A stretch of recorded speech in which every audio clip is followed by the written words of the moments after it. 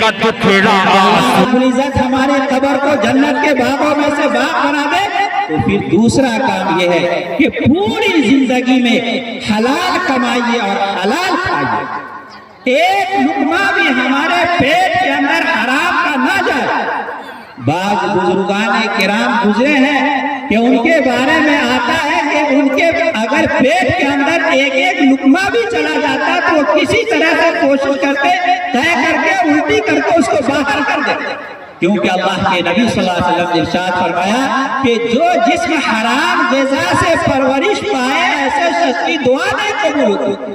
مطعمہ حرام ومشربہ حرام وملبسہ حرام وغذی بالحرام فأنی یستجاب لذلک، جس کا کھانا حرام، جس کا پینا حرام، جس کا لباس حرام، ایسے شخص کی دعا کیسے قبول ہوتی؟ اور ایسا انسان جب اس دنیا کے اندر سے جاتا ہے تو ایسے جسم کو اللہ رب العزت قبول بھی نہیں کرتا۔ اس لیے ایک لقمہ کھائیے، آدھا پیٹ کھائیے، لیکن ہمیشہ یہ معمول بنا لیے کہ جائز کھائیں گے، حلال کھائیں گے، حلال اپنی اولاد کو کھلائیں گے۔ ایک بزرگ کے تعلق سے آتا ہے کہ ان کا انتقال ہو گیا، ان کے قریبی رشتہ داروں نے ان کو خواب میں دیکھا کہ یہ تو بہت نیک آدمی ہے لیکن عذاب میں گرفتار ہے۔ انہوں نے ان سے پوچھا کہ حضرت قبر کے اندر آپ کے ساتھ کیا معاملہ ہوا؟ کہا کہ معاملہ تو بہت ٹھیک ٹھاک رہا لیکن ایک گناہ کی وجہ سے میں 25 سال سے عذاب میں گرفتار ہوں۔ خواب دیکھنے والے شخص نے عرض کیا کہ کیا کسی بڑے گناہ کا ارتکاب کر بیٹھے تھے؟ انہوں نے کہا کہ نہیں، میں نے ایک شخص سے سوئی لی تھی ادھار، اور اس سوئی کو واپس میں نے نہیں کی، میں بھول گیا، اس کی وجہ سے میں 25 سالوں سے عذاب میں گرفتار ہوں۔ اب ہم اور آپ سمجھ سکتے ہیں کہ معاملات کی کتنی اہمیت ہے، ایک سوئی کی کتنی قیمت ہوتی ہے، 1 روپے، لیکن اس کی وجہ سے ایک نیک صالح انسان کو 25 سال سے عذاب میں گرفتار کیا جا رہا ہے۔ تو میرے بزرگوں وقت مختصر ہے، میں تفصیلی بات نہیں کروں گا۔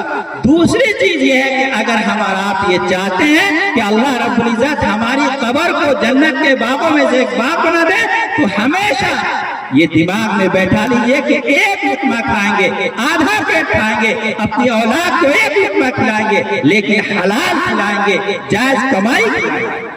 اگر ہم اور آپ یہ چاہتے ہیں کہ اللہ رب العزت ہماری قبر کو جنت کا باغ بنا دے، ہماری قبر کے اندر اللہ کی رحمت کی بارش ہو، تو تیسرا کام یہ کرنا ہے کہ اپنے رشتہ داروں کے ساتھ اچھا سلوک کیجیے۔ اپنے جو رشتہ دار میں کمزور ہے اس کے ساتھ حسن سلوک کیجیے، صلہ رحمی کا معاملہ کیجیے، کیونکہ اللہ رب العزت نے دنیا کا نظام اس طرح سے بنایا ہے کہ ہر انسان کو مالداری نہیں بنا دیا۔ کسی بھائی کو اللہ نے مالدار بنا دیا تو کسی کو غریب بنا دیا۔ معاشرے کے اندر دیکھا جاتا ہے کہ اگر سگا بھائی ہے، حقیقی بھائی ہے، اگر کسی کو اللہ نے نواز دیا تو اپنے چھوٹے بھائی کو دیکھنا پسند نہیں کرتا، اس سے بات کرنا پسند نہیں کرتا۔ اگر ایک ساتھ تھا تو سوچتا ہماری کمائی اچھی ہو رہی ہے، اس کو الگ کر دو، اس کے پاس بچے زیادہ ہیں، اس کے پاس اولاد ہے، ہماری کمائی کھا جائے گی۔ اللہ کے نبی صلی اللہ علیہ وسلم نے فرمایا ترزقون وتنصرون بضعفائہم، تمہاری جو مدد کی جاتی ہے اور تمہیں جو رزق مل رہی ہے اور تم جو بلڈنگ پر بلڈنگ بناتے چلے جا رہے ہو، زمین پر زمین خریدتے چلے جا رہے ہو، یہ سمجھتے ہو کس کا اثر ہے؟ تمہارے بھائی جو کمزور ہے، جو گھر پر بیٹھے ہوئے نہیں کما رہے، اس کی رزق تمہارے ساتھ شامل کر دی گئی ہے، اس کی دعاؤں کی برکت ہے کہ تم ترقی کر رہے ہو اور بلڈنگ پر بلڈنگ تعمیر کر رہے ہو۔ تو میرے بزرگوں، اگر ہم اور آپ یہ چاہتے ہیں کہ اللہ رب العزت ہمارے قبر کو جنت کا باغ بنا دے تو اپنے رشتہ داروں کے ساتھ اچھا سلوک کیجیے، ہر موقع پر ان کا ساتھ دیجیے اور اللہ رب العزت کی ان سے دعائیں لیجیے۔ اللہ رب العزت ان کمزوروں کی دعاؤں کو سنتے ہیں، آپ کو مزید ترقیات سے نوازیں گے، آپ کو بیماری سے، پریشانی سے اللہ تعالیٰ محفوظ رکھیں گے۔ ایک حکیم کا واقعہ سنا اور بڑی عبرت ہوئی۔ ایک حکیم صاحب کے پاس ایک کینسر کا مریض آیا، اس نے کہا کہ حکیم صاحب میں نے اپنے پورے شہر کے اندر علاج کیا لیکن مجھ کو شفا یابی نہیں ہوئی، مجھ کو بلڈ کینسر کی شکایت ہے۔ حکیم صاحب نے کہا کہ کیا تمہاری مالی حالت کیسی ہے؟ انہوں نے کہا کہ حضرت الحمدللہ خوشحال ہوں، بہت سارے مکانات ہیں، بہت زیادہ پیسے ہیں، اچھی خاصی ملازمت ہے، مہینوں میں لاکھوں روپے کماتا ہوں۔ انہوں نے کہا کہ تمہارے رشتہ دار ہیں؟ انہوں نے کہا کہ جی ہاں ہمارے رشتہ دار ہیں، لیکن گھر کے اعتبار سے بہت کمزور ہے، مالی حیثیت ان کی اچھی نہیں ہے۔ حکیم صاحب نے کہا کہ تم کو تو یقین ہے کہ تم کو بلڈ کینسر ہے؟ انہوں نے کہا کہ جی ہاں جانچ کروایا ہوں کئی ڈاکٹروں کے پاس۔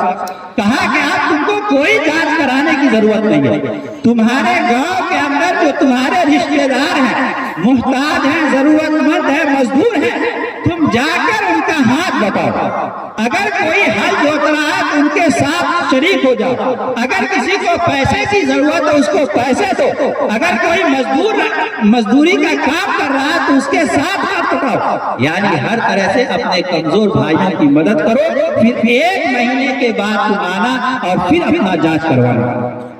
اس مریض نے یہی کام کیا، اپنا گھر گیا دیہات اور اپنے جتنے بھی رشتہ دار تھے غریب، ہر طرح سے ان کی مدد کرنے کی کوشش کی اور ان کے دل کو خوش کیا۔ 1 مہینے کے بعد وہ آیا اور پھر حکیم صاحب کے پاس پہنچتے ہیں۔ حکیم صاحب نے کہا کہ ٹھیک ہے اب جانچ کرواؤ۔ انہوں نے جانچ کرایا تو اللہ رب العزت نے اس کو مرض کو بالکل ہی شفا یاب کر دیا۔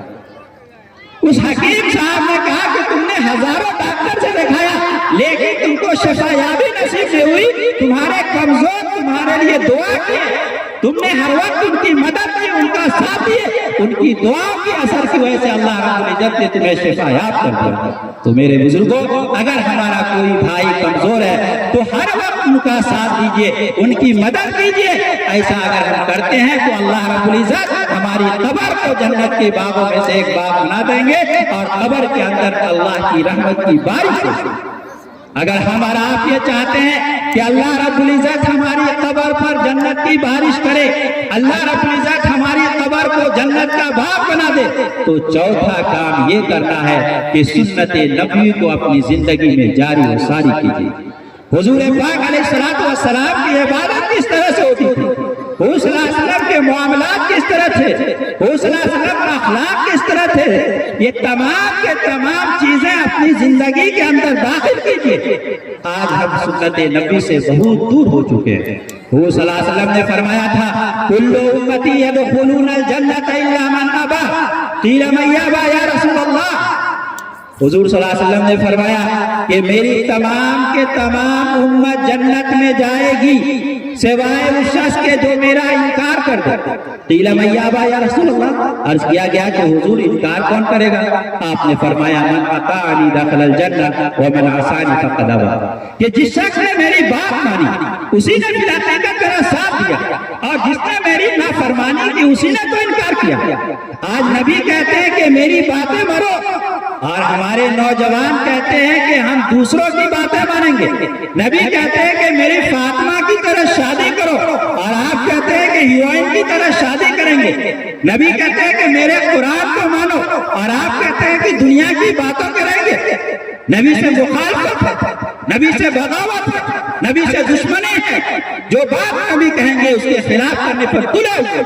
ہمارے نوجوان تلے ہیں، ہمارے لڑکے تلے ہیں، ہماری لڑکیاں تلی ہیں، دشمنان نبی کی فوج بنی ہوئی۔ اس طرح سے نبی کی مخالفت کر کے ہم کبھی بھی کامیاب نہیں ہو سکتے۔ اپنے آپ کو کامیاب بنانے کے لیے اس دنیا کے اندر بھی اور آخرت کے اندر بھی یہ ضروری ہے کہ اپنے آپ کو نبی کا غلام بنا دیجیے۔ نبی کے کیا طریقے تھے اس کو اپنی زندگی کے اندر جاری و ساری کرنا۔ مثلا نبی پاک علیہ السلام کھانا کھاتے تو کس طرح سے کھاتے تھے؟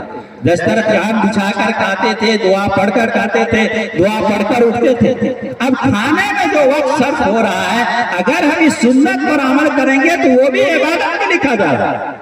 اگر ہم باوضو سو رہے ہیں اور دائیں کروٹ سو رہے ہیں، سنت کے مطابق سو رہے ہیں اور سنت کے مطابق گزار ہو رہے ہیں، تو سونے میں جو وقت صرف ہو رہا ہے یہ بھی عبادت میں لکھا جا رہا ہے۔